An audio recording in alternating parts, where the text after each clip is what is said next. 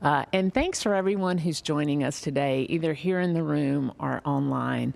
I'm going to talk about our preparations at the Kennedy Space Center for this SLS rocket and the Orion spacecraft as we prepare for Artemis II. And as Lakeisha said, this is a very exciting time for us.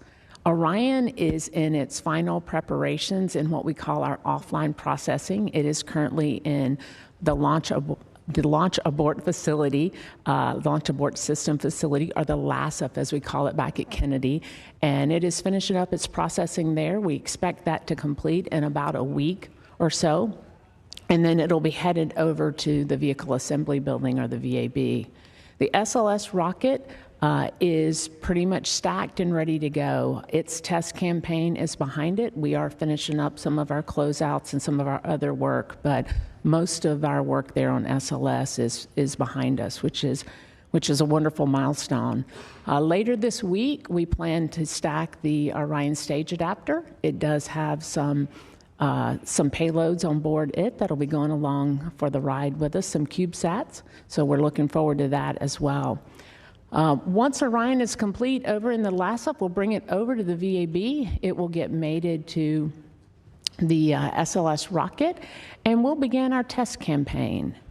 And as part of that, some of the tests are the same that we did during the Artemis I time frame. There's an end-to-end comm test, there's an interface verification test, but we also have some new ones. And those new tests consist of the countdown demonstration test, which is about our crewed flight. If any of you remember or were following back in the shuttle days, we had a similar test that was called TCDT, Terminal Countdown Demonstration Test. That's where we suit up the crew. They come out, we go through our checklist and our countdown. They'll enter the ship, we'll do comm checks, we'll get them strapped in, we'll do comm checks, we'll do the configuration of the crew module, and we'll count down to inside of terminal count before we have a planned stop. As part of that, we'll also do an egress demonstration, and that will be what we call a CDDT Part 1. Once that testing is complete, we have some other servicing ops that we'll take care of in the Vehicle Assembly Building. We will go ahead and do our flight termination system test, and we'll start closing out the vehicle compartments as part of our final closeouts of SLS. And when all of that is done, we'll get ready to roll out from the VAB to the pad. And you can see some imagery here from rollout from Artemis I. It is truly a beautiful sight when that vehicle begins to make its way across the threshold of the VAB and along that 4-mile journey to the pad. Once we get to the launch pad, we will make the connections between the mobile launcher and the pad. We have a little bit of testing that we will do out there. As well, we have some comm testing that we'll do in the RF environment. We have booster servicing to take care of. We have emergency egress system to do the final configuration of. We'll take care of that right after getting to the pad. We'll have the crew come out for what we call Part 2 of CDDT, and that is where we'll walk down that emergency egress system and go over the events of egress in the event that we have to perform one of those on launch day.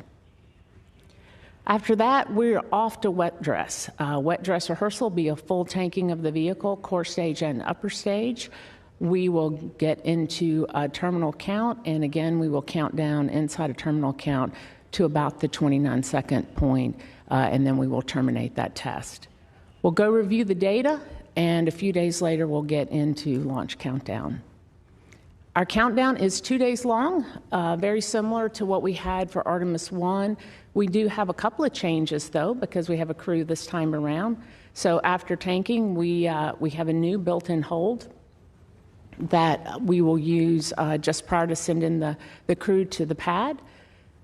We will send them out, get them strapped in, again, comm checks, and get the crew module configured, and we'll count down to our final planned hold point, which is at T-minus 10 minutes.